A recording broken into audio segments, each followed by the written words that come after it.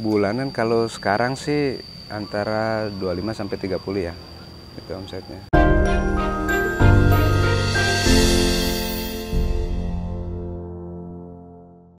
Pengen usaha pertanian Anda dikenal banyak orang? Nggak usah bingung. Promosikan usaha pertanian Anda dan Anda akan mendapatkan exposure yang besar.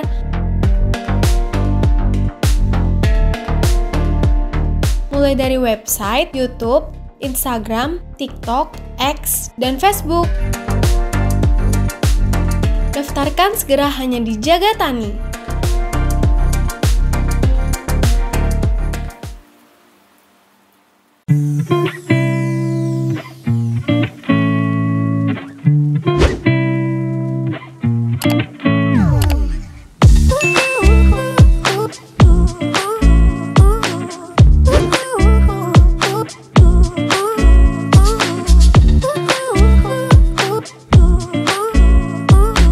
Halo sahabat tani, salam Jaga Tani. Perkenalkan, saya Irwanto, salah satu petani lidah buaya yang berlokasi di Desa Kalisuren, Kecamatan Tajur Halang, Kabupaten Bogor. Jadi saya menekuni lidah buaya ini awalnya di tahun 2012. Sebetulnya sih nggak ada pemikiran untuk bertani lidah buaya ya, karena memang dulu basicnya kan kerja, kebetulan di bagian lapangan.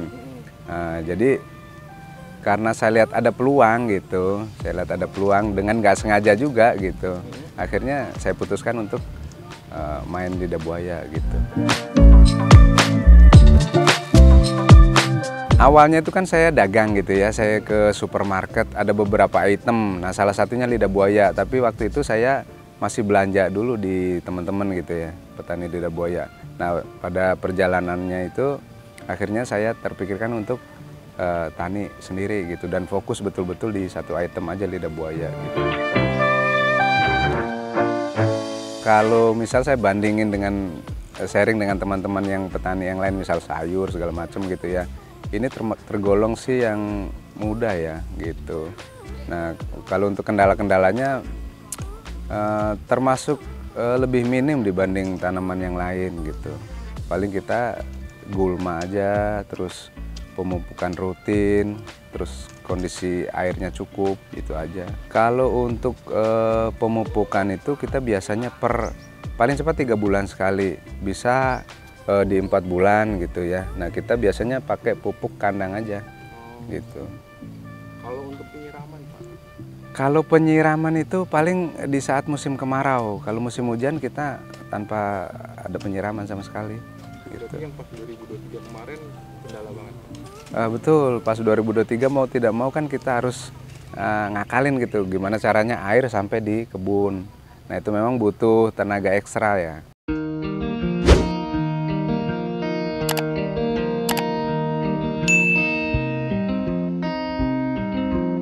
Kalau hama yang selama ini saya jalanin sih belum ketemu, karena gini, saya standarnya itu kan dari ini ya, dari langganan ya. Misal langganan belum ada komplain masalah kualitas ya, saya pikir itu nggak ada hama gitu. Itu rumput. Jadi kita untuk apa namanya, kalau keteteran gitu ya ditenagakan, kita biasanya manual gitu. Kalau misal kita udah keteteran banget kayak sekarang ini kan hujannya, curah hujannya lumayan nih intens gitu ya. Nah rumput cepat tumbuh tuh. Nah kalau kita pakai manual biasanya kita keteteran, makanya kita bantu dengan herbisida. Herbisida itu obat-obat untuk pembunuh gulma. Nggak berpengaruh sama tanaman lidah buaya? Oh nggak pengaruh sih, yang penting gini, kita teknik penyemprotannya kita betul-betul arahkan untuk si gulmanya ya. Bibit yang ukuran 20 cm sampai ketemu panen tuh kurang lebih 1 tahun. Biasanya kita per pohon itu maksimal 2 daun. Per bulan itu nanti durasi panennya sebulan sekali per tanaman tuh. Nah itu 2 daun yang kita bisa ambil gitu. Sebutannya tadi pelepah ya? Pelepah gitu. Tiap bulan berarti 2 pelepah? 2 pelepah. Itu bagian bawahnya? Bagian yang paling bawah.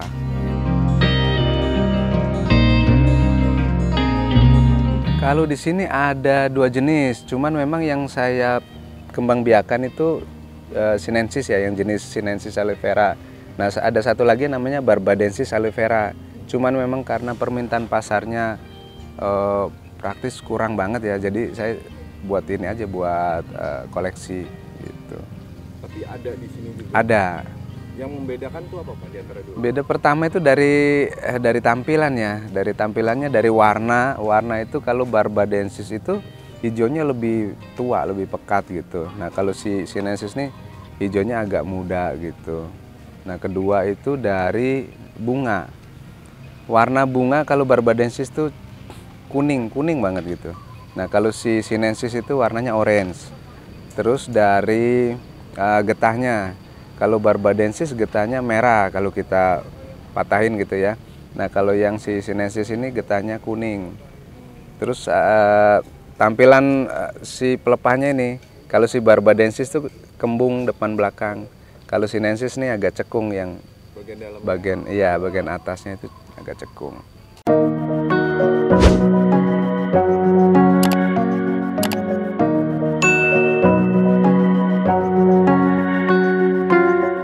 Salah satunya sih untuk panas dalam, untuk penyakit lambung. Ada juga langganan saya penderita diabetes. Ya, untuk rambut, untuk kosmetik itu. Untuk minuman bisa, minuman dingin gitu bisa. Jadi langganan saya itu ada yang supplier, mereka masuk ke beberapa supermarket. Terus ada yang produsen minuman. Mereka biasanya untuk minuman seperti Nata de Coco gitu.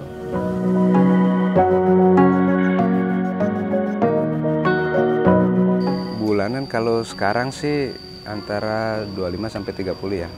Itu omsetnya. Dengan total lahan luas berapa ini? Total lahan saya kan ada 3 titik sebetulnya. Yang di sini sekitar ada praktis yang untuk yang ditanamin 6.000 tanaman, 6.000 meter luasannya. Terus ada yang di seberang itu ada 1.000 meter. Ada satu titik itu kurang lebih 3.500 meter. Cuman memang yang 3.500 itu kurang produktif sekarang karena memang kita kan gunakan lahan tidur perumahan. Nah, hari ini mulai mau dibangun katanya gitu.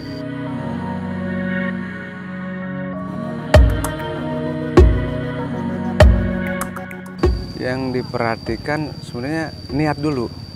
Jadi punya niat gitu, punya keinginan. Itu dulu sih yang utama ya gitu. Jadi punya keberanian untuk memulai itu. Baru kemudian ya kita persiapkan lahan, tentunya itu lahan. Terus mungkin pengetahuan untuk bertani. Tapi kalau saya bandingin tadi di awal kan kita bilang ini praktis lebih mudah sih dibanding tanaman yang lain gitu. Jadi sebetulnya nggak terlalu sulit sih kalau misal kita udah betul-betul niat untuk mulai bertani itu. Sebetulnya kalau kita ngikutin yang ada di buku ya, idealnya itu 1 meter jarak tanamnya. Iya. Nah, kerapatan maksimal itu 80 cm. Cuman pada prakteknya, karena dulu pengukuran jarak tanam itu kan di awal, tapi kesini kalau udah mulai peremajaan tuh kadang-kadang kita nggak ukur lagi tuh. Ada yang 50 cm. Tapi selagi masih oke sih, ya udah kita nggak masalah gitu.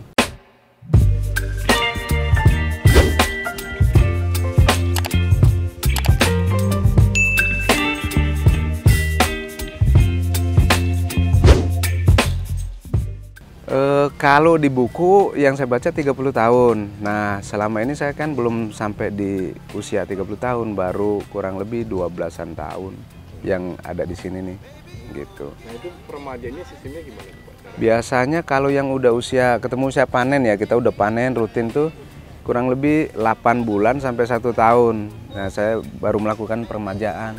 Di saat udah tinggi potensi rubuh atau patah, itu baru saya cabut. Caranya gimana Pak? Pertama kita cabut yang udah usia misal maksimal 1 tahun lah ya, kita cabut. Nah, akar yang di bawah tanah itu kan biasanya ada akarnya tuh. Nah, itu kalau misalkan biasanya warnanya hitam gitu kalau udah tua tuh, kita potong gitu. Akar yang di bawah tanah kita cabut, kita buang, baru yang atasnya itu kita tanam ulang seperti awal gitu. Itu ada butuh perawatan khusus nggak Pak setelah ditanam atau udah pasti hidup? Yang pasti kita kasih pupuk dasar di awal tuh, sama seperti kita awal tanam gitu ya, kita kasih pupuk dasar, udah kita uruk seperti biasa, nah itu pasti hidup sih. Pupuk Ya. dasarnya apa aja? Pupuk kandang aja, kambing atau ayam bisa gitu. You whip up my appetite. Don't leave me here high and dry. Oh. Kalau bibit, biasanya kan ini keluar bibit tuh dari tunas ya, jadi kayak pisang gitu. Nah, tunas-tunasnya itu nanti yang kita cabut, kita buat bibit. Biasanya di ukuran 20 cm ya, tingginya 20 cm itu udah bisa dibuat bibit gitu. Oh, di usia berapa tuh Pak udah keluar tunas itu biasanya? Kalau dari awal tanam tuh biasanya usia 6 bulan, setengah tahun tuh udah keluar tunas sih gitu. Sebelum panen pun dia udah ngeluarin tunas. Harapannya itu semakin banyak ya masyarakat yang mengerti tentang manfaat lidah buaya, sehingga akan banyak petani-petani yang nanti menanam lidah buaya kan gitu, banyak dikenal gitu. Harapannya supaya juga ini kan termasuk tanaman herbal, jadi bagus buat ini ya, buat kesehatan gitu. You're chilling in the rain. You're some kind of butterfly.